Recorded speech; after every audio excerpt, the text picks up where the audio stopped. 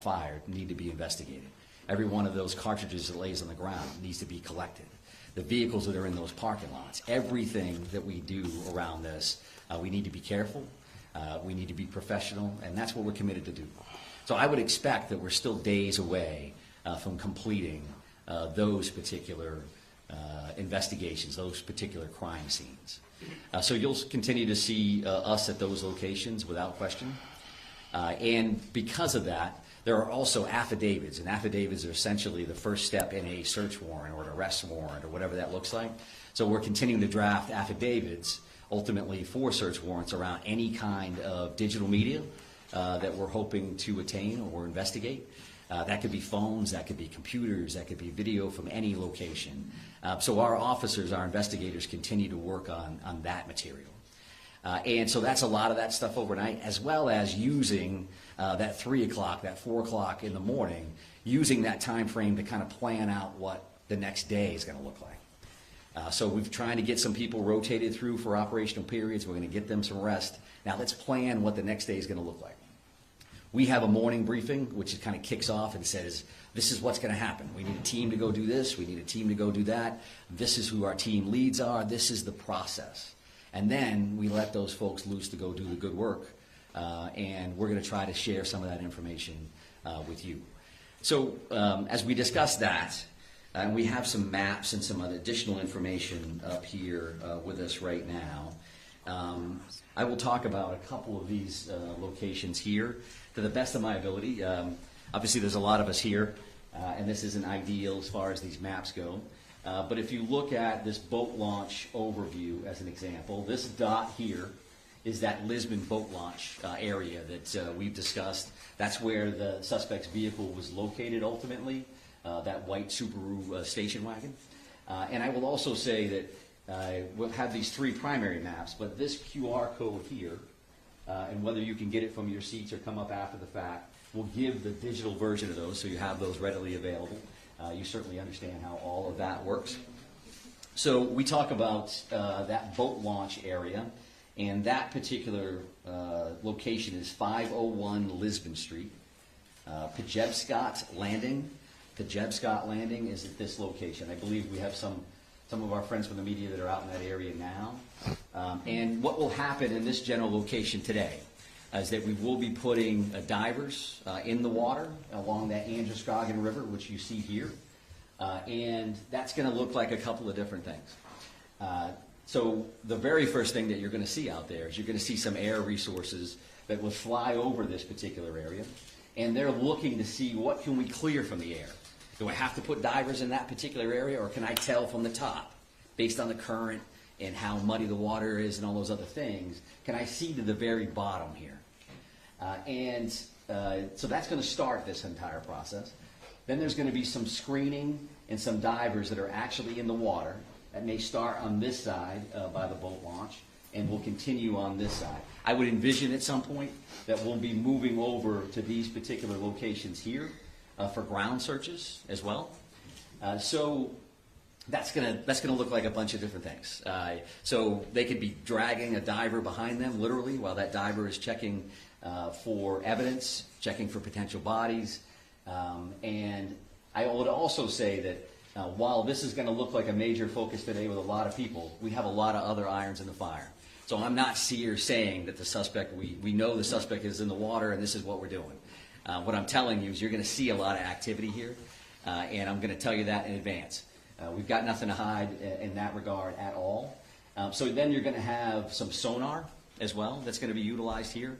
And that can look like a couple of different things. A remote operating vehicle, an ROV, is divers could use that. And that will look like a pod under the water. And that is looking for sonar, so picking up shadows, if you will, of what does that look like? Could be a log, could be anything under there. And our divers, that dive team, and that, when I say, again, our divers, that's going to be teams from all over the place. Our Maine Warden Service is heavily involved in this. We work with them all the time. The Maine State Police dive team will be in the water and will be leading this initiative. So that's what we'll see here with a couple of different kinds of sonar. And then along the shoreline, you're going to see a line search, if you will. That means literally officers on line as they're working that shoreline, And of course, they're looking for evidence. They're looking for anything that may help them down the road. Now, I say you'll see this because for us, we want to make sure that we're working with you. So there is a church parking lot across the road here. There's also some parking available on this side of the road. Mark Laddie, who is the PIO from the Maine Warden Service, and some officers will be in this area to assist. So if you decide that you want to go to that location to pick up video and see what they're up to, then I think there's some parking opportunities here. This 196 can be busy. This area here happens to be pretty low speed. At least that's what the speed limit is. So we're going to be around there to try to keep that as safe as possible. But we want you to be mindful that we may ask you not to stand on a railroad trestle, or we want you to get your coverage. We want to be partners with you. However, you're not going to be able to have full access to that site. I think that's common sense. And we want to make sure that you can do your jobs and we can help you facilitate that. So you're going to see a bunch of people in that area, that 531 Lisbon Road. A couple of these other locations, if we start here, this is the bowling alley scene. This red dot is actually where that is. You all understand that. We will have some additional officers there checking this wood line and continuing to do those sweeps, those searches. There was a lot of shots fired in these locations. We want to make sure we have all the evidence humanly possible. And then this is far from ideal, considering it's directly behind the podium. But this is... Can we do that? We're jammed in here with the wall. Yeah, we may lean towards that QR code. If you can't see that, I apologize. We'll have to take a look at this particular option in the future if this works for us. But the bar and grill here, there is a red dot, and you can see some wood line around that. Each one of these locations is going to have lots of police officers there, as you imagine. A piece of all of these things will have a QRF, or a quick reaction force. So we're going to maintain security here because clearly, as you realize, the suspect in this case is not in custody. That continues to be our focus. And I think if you look at these two things, we have an investigative bucket with a great deal of resources that are investigating the crime, what occurred. And there's clearly an apprehension team here with a lot of folks that are involved in that. And of course, they're going to intermingle. That's a given. But I think in this scenario, I want you to keep those two things in mind. Because even though we're going to be active with this search and the investigative side, always in our mind, we're going to be looking for the suspect and making sure that the people that are involved in these various searches, to include yourselves, are safe. So that is clearly another focus that we have in mind. I would also like to talk about, if we talk about procedures, you talk about practices. There was a lot of activity last night from members of the media in Bowdoin. And what I would tell you is that I'm showing you these three locations. There's a bunch of others that we're going to be working on. And that's not, so we don't have 50 maps up here. We're just going to be working on other locations. And that's not meant to be secretive. That's just to tell you that we're going to be all over the place. That's not saying that we know that the individual is in this house, or we know the individual is in that house, or they're in that swath of land, this acreage. That's not what we're doing. But we do look at all these situations as if the individual could be in there. And if that's the case, you'll see tactical teams at some point. A lot of folks are just dressed in a more casual manner, or a BDU, or battle dress uniform, just because they're going to be out in the woods and they're going to be out crawling around.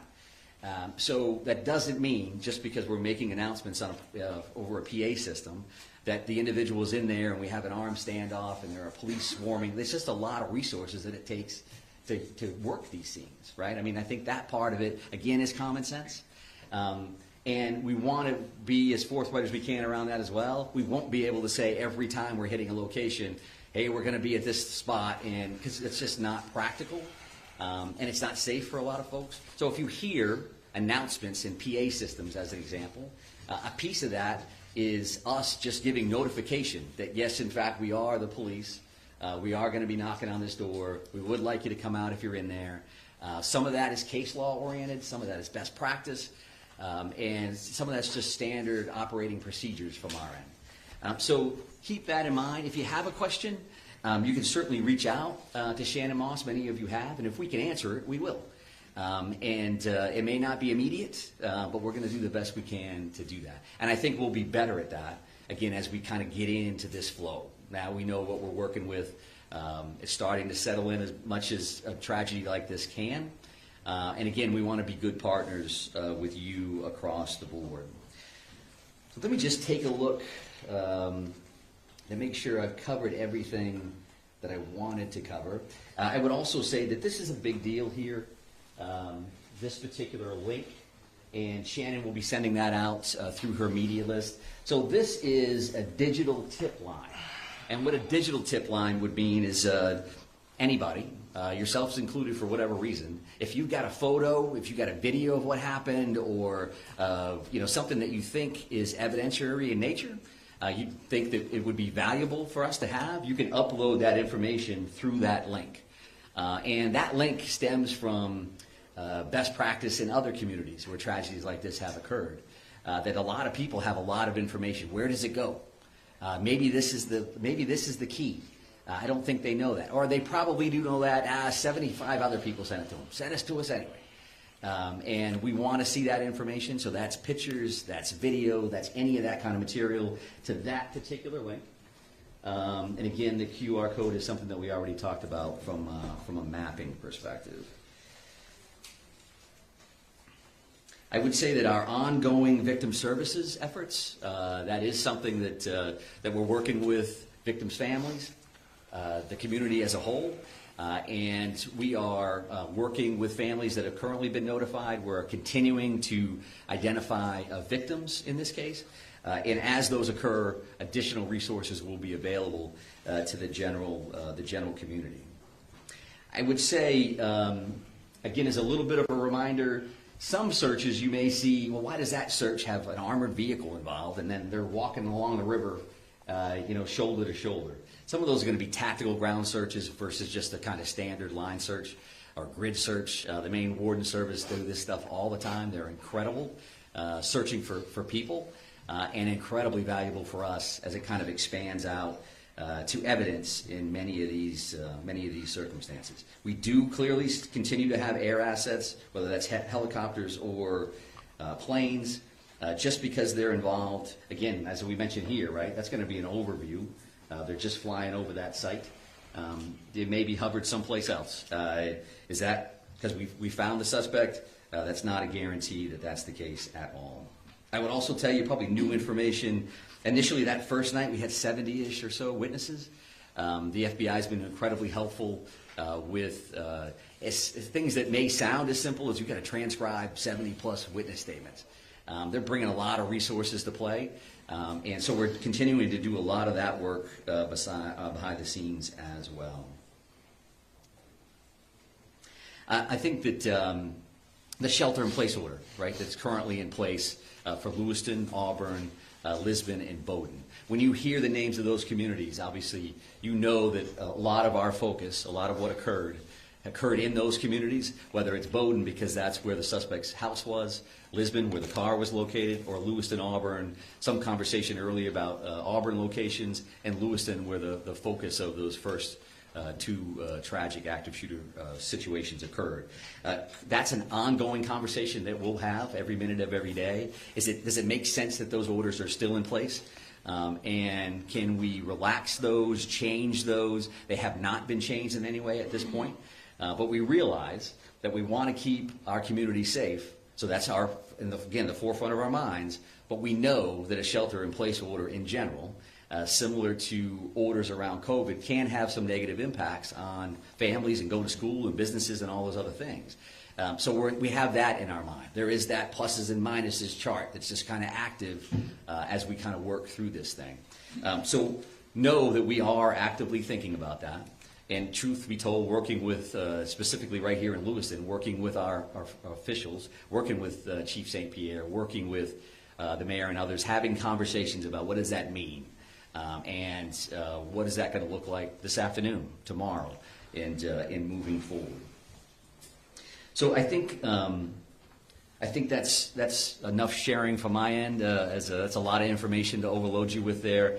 I would want to come back, however, to say that there's a lot of stuff going on here, but what matters to us, again, is the safety of our communities, the safety of our residents. We care about each and every one of them, as you do, and we're going to continue to fight on their behalf to bring this individual to justice, because we know that that has an impact on starting that healing process. It's not a slam dunk. It's not, we got them, now everybody's better. This is going to take a while, right? It's going to take a while for communities to work through. It's going to take forever for families to work through. You lose somebody that you love. That's a big, big deal. So I don't want to get lost in the minutia of this is what we're doing and this is a map and it's a QR code. It always comes back to this other stuff for us. So again, we're going to try the Q&A deal and see where we go. Go ahead, right here. There were reports that you all found a note at his home.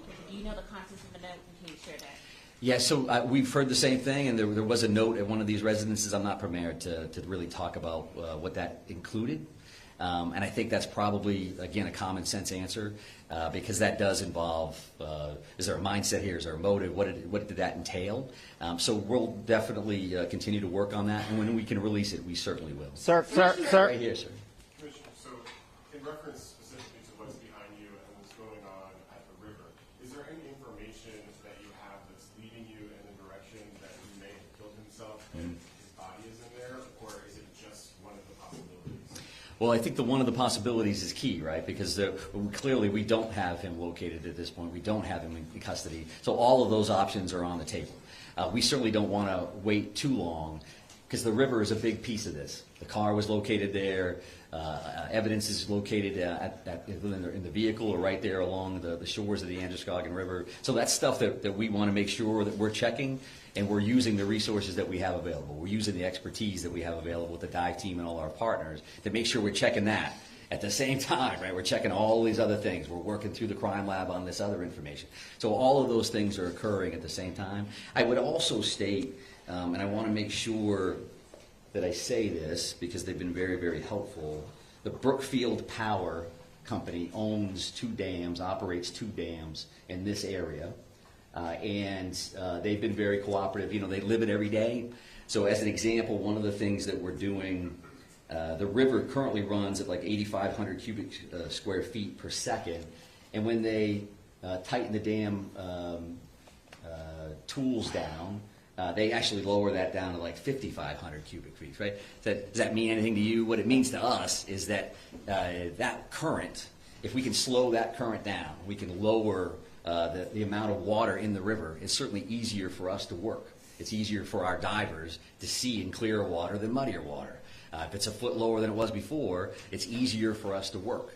And there's different searches, obviously, but unfortunately, people lose their lives in bodies of water on a regular basis. So this is something that we're trying to dial in. But yes, sir, right here. Yep. Deer hunting starts tomorrow. It sure does, yep. Yeah. Can you address that? Yeah, sure. So I had conversations with Commissioner Camuso, Inland Fisheries and Wildlife. Judy's great. We are having those conversations. I would expect to hear more about that later in the day. It's a big deal in Maine. It may not be a big deal for a lot of people from other communities, but we know what that's going to look like. We also know we're in the woods. You know, if you just happen to be in the woods, minding your own business, going for a walk, that's going to make us a little concerned, right? So it's definitely a good question. It's something that we're actively working on. Right here, sir. You talk about this tremendous amount of assets here Yep. and the search for him. Can you talk about the pressure you guys are feeling to find him, to give this community some sense of answers as this enters its 3rd decade? Yeah, sure. I think, you know, pressure is one way to put it. I mean, we're concerned about the victims, their families, and our communities. I'm concerned every day, 24/7, 365, at this point for 30 years. That's why I got into this business. We do want to help people. We do want to make them safe. Making them safe and making them feel safe may not necessarily be the same thing either, right? Because I think our law enforcement partners, our first responders around the state, everybody is dialed in. They do that all day, every day. This is clearly a completely different animal. So for us, we want to make sure that we bring this individual to custody. But we got to do it right. We got to do it the safe way. Don't want to see anybody else get hurt, certainly our people and our community members. So we want to make sure that we do that right. We're not going to be rushed, but we're running right on that level, that we're going to work as hard as we can, as fast as we can, with as many resources as we can to try to bring some kind of closure. Sir. Right here, ma'am. Right here, ma'am. If we understand that the family's being cooperative, what are they telling you? Oh, I think whether you see the 530 tips and leads overall, I think we're seeing a lot of cooperation across the board. I'm not going to speak to anybody in particular, but I think there's a lot of cooperation. There's a lot of compassion here. There's empathy that people understand what happened here, not only to the victims, but again to the state and to our country. So people are coming forward. They are participating in the process, and that's just the nature of the beast. But I'm not sure I answered it. So go ahead and follow Yeah, up. I'm so sorry. That's okay. Specifically the family of the suspect, we understand Yep. they are cooperating. What are they telling you, and how are they helping you in the investigation? Yeah, so I won't speak, again, specifically to what anybody said one way or the other, but we do appreciate everybody's cooperation, because we know that this is difficult for everybody. No matter how you could be the neighbor of somebody. This is tough for people to digest and to understand and to try to work through. So right here, sir, right here. Thank you very much, sir. Yep. Specifically warning, forget about information. Families told multiple news outlets there were warnings provided to law enforcement. Which agencies received those warnings, and did you think at any point that it might warrant a yellow flag pursuit? Well, I'm heavily involved in the yellow flag conversation overall, but the reality for today is I'm not going to talk specifically about who knew what and when. We're still actively involved in a very dynamic situation here, and we're focused on an individual that currently has 8 warrants out for murder. We're trying to figure that part out, trying to bring him into justice, as well as investigate this crime. There will be a time. Can you confirm the warning, though? Can you confirm warnings were issued? I cannot. Well, yesterday, yesterday, Sir, right here, yesterday, the Senator Collins said that the yellow flag law should have been enforced in this situation. So as you stand here today, what is your response to that? And also, as you stand here today, was law enforcement notified of the threats that he was making, of his condition? Were they aware of it, and what steps were taken to investigate that? Yeah, I appreciate the question, and Senator Collins is great. We have a great federal delegation that works incredibly hard on behalf of the state of Maine. I don't know exactly what the good senator said. I respect her a great deal. So I won't answer to any comments that she made. If that's her perspective, based on what she knows through the general public or otherwise, then that's fine. She certainly has the right to do that. But based on what I've seen, we're going to continue to work through that. We asked good questions. It may have been you, sir, around the firearm Yes. itself. And there's going to be an opportunity. The ATF is here. The ATF is working with us. They have been there since the first second. There's going to be an opportunity to answer all those questions and figure out, so was that a violation or not? It's also an opportunity from an educational standpoint to talk about what that really means, what that really looks like, and what the options, in fact, are. Right. I mean, the thing is that folks want to know, were there any I'm going to go over here, though, sir, so I appreciate the follow-up and the initial question. You, Talk about timeline yesterday. 911 call. Do you know the time, precise time that police arrived on the scene? arrived, no. So it was 6:56 for the initial call, and then 7:08 for the second call. Multiple calls for each location. And so that's what I had. I don't know exactly when they arrived, other than to say these calls in any scenario are a priority, to say the least. So everybody's going, and they're going as fast as humanly possible. So that's the. I'm not done answering the first question. So was that enough, sir? Does that Just- make sense on that? I will take a look at the arrival time so that we have that information, and we may be able to provide. If we can get a further timeline, that would be say very this, helpful. Okay? The way It would this be is going to helpful. work, just so we're all clear, the way this is going to work is if we have a Q&A and you ask me questions and I attempt to answer them, as soon as we start yelling over each other, I'm done. Just so we're That's clear. fine. And we don't want to do that. We're trying to be as cooperative as we can across the board. But we'll be back another time, and we're just trying to figure that out. Yes, sir, right here. Thank you. We're coming up on 48 hours. Are you concerned the trail is growing cold? I think that every minute that this goes on, we're more and more concerned, because what's the next thing that's going to happen? And we understand that. And that's why we're working 24/7 to bring this individual to justice and to try to bring some closure and overall safety to our communities. So yes, we feel that just as much as the community member does or anybody else. This is a privilege. This is an honor we have to do something about these tragedies when they occur. In many instances, I've been in those scenarios. This happens out of state. You're sitting on your couch wishing you could do something to help. Well, we're in a position to do something to help, and we will. There's no question in my mind that we will bring this individual into custody one way or the other. I'm going to take one more question from you, sir, and then we're going to be done. Confirm that you've identified 16 out of the 18 bodies, And if so, can you confirm the demographics, please? Yeah, and I think that that may be a question, the specifics may be a question for a future briefing. We have identified and notified the families of 8 of the 18 fatalities that were involved in this incident. We mentioned those 8 murder warrants, and the reason why we have 18 victims, we only have 8 of those warrants. That's because 8 of those people have been identified, and 8 of those people, the families, have been notified, which is certainly key for us to make sure we get that right. But further demographics around it, the colonel gave gender yesterday, and we'll take a look at ages and some other information. I'd like to be able 16 to. number is inaccurate? So I'd like to be able to honor the group of victims by talking about them in a specific session that I would view coming shortly. 8 of the 18 have been identified and notified, not 16, and I don't know where that came from. So thank you very much. I do appreciate it. We will see you again along the way. Thank you. Thank you.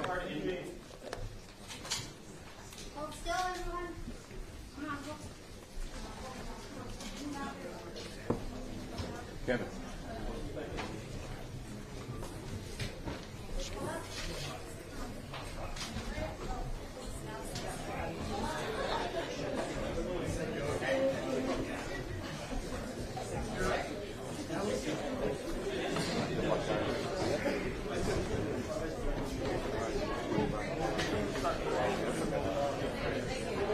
Yeah.